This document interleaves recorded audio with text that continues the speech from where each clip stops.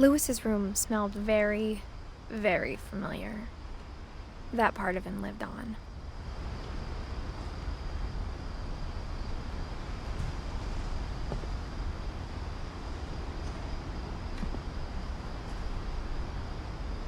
Lewis and I spent a lot of time playing games together, but he was surprisingly bad at them. He died a lot.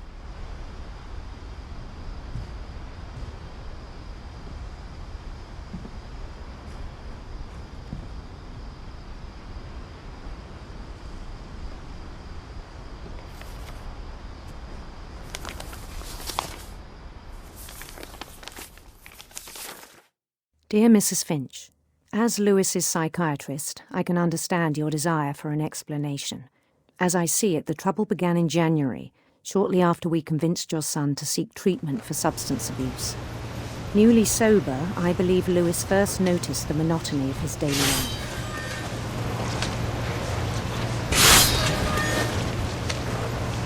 He kept working at the cannery, but he withdrew part of himself. In our sessions, I saw the same behavior. His mind began to wander. I asked him to describe it. He said he started small, imagining a labyrinth. He'd feel his way about. Then something moved.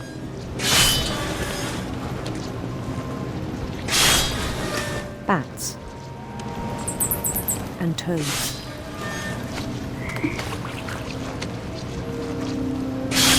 And things that have not names. He knew it was all in his head. But he took it very seriously. I had hoped he'd find himself.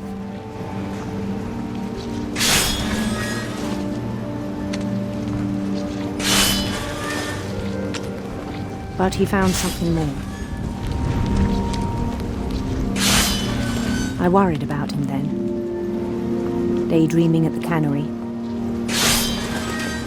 I spoke with his boss, but he said Lewis had become a model employee, methodical, tireless, focused. Like a whole new Lewis. So I let him go on.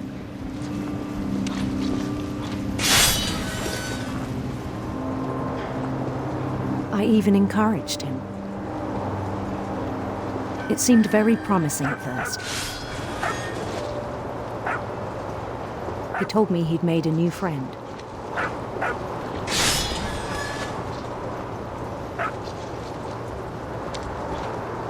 On the edge of a city he named Lewis-topia.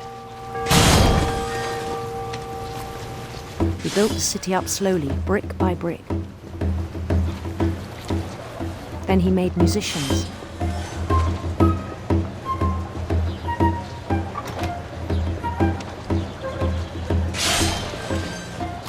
And songs for them to play. He talked about starting a band. And he was always humming something. Every day his imagination grew stronger.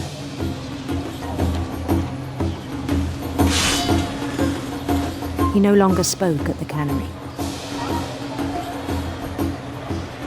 But his chopping was as reliable as ever. Then one day it struck him that all the cheering crowds, even the stones under his feet, were all in his imagination, so he could do whatever he wished.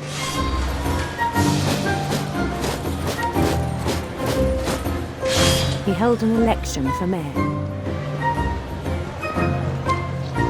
and he won. They begged him to stay, but his mind was already wandering. It became a game for him.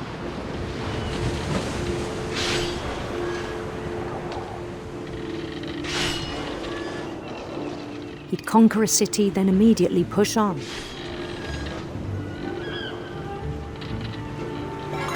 New Louisville.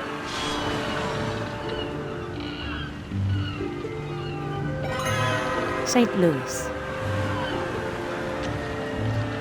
He started drifting away from our reality.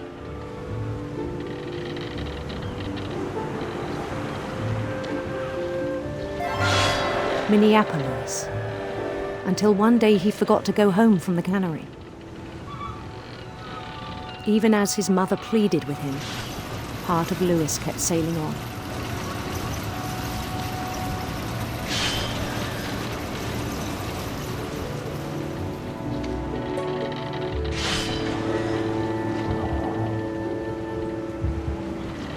In Louisburg, he heard rumors of a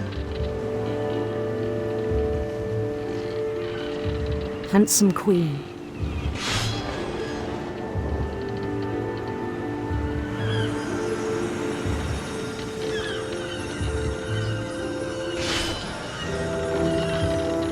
The queen was on her own quest for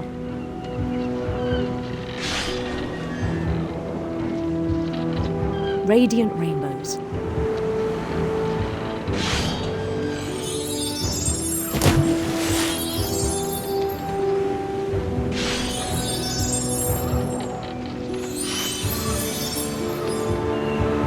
He followed the sound of her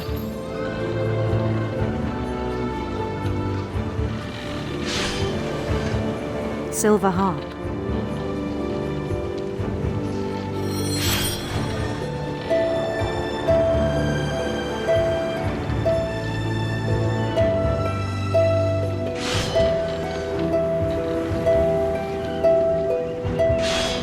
His chase led him to a golden palace east of the sun and west of the moon. Even then, his logic remained sound. He knew the world was all in his imagination.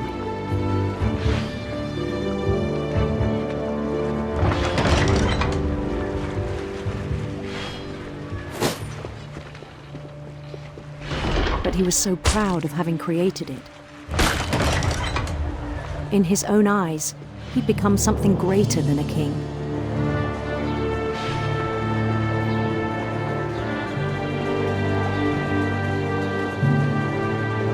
For someone who'd never known success in the real world, I think it was overwhelming.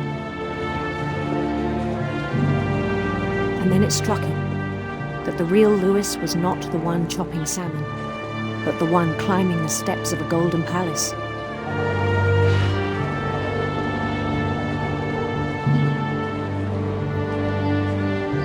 My imagination is as real as my body, he told me. It was hard to argue with him.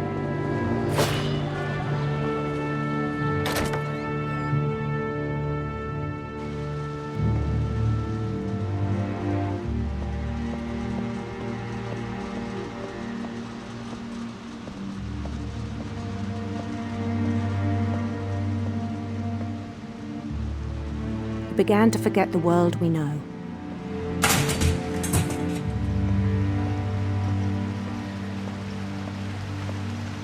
I think it pained him to remember Lewis, the cannery worker.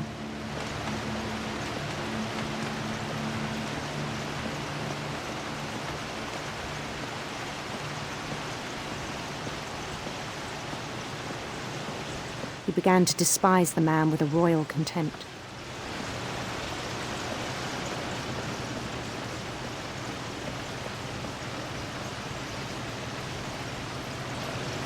I still thought I could save him. Even after he said he was being crowned king over all the lands of wonder. The palace would be packed with his companions.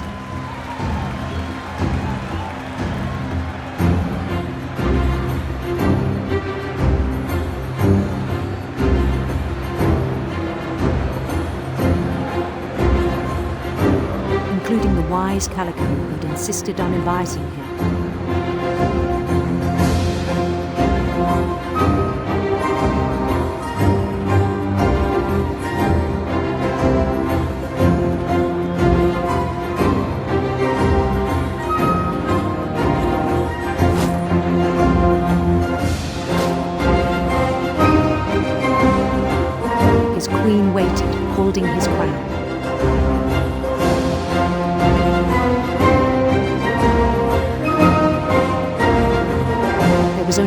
thing left to do.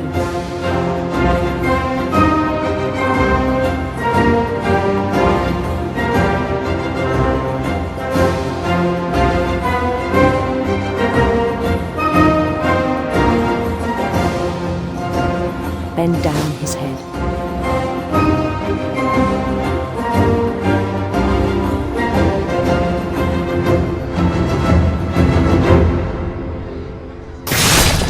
And the rest I think you know. Mrs. Finch, your son was a kind man who will be missed by all of us who knew him.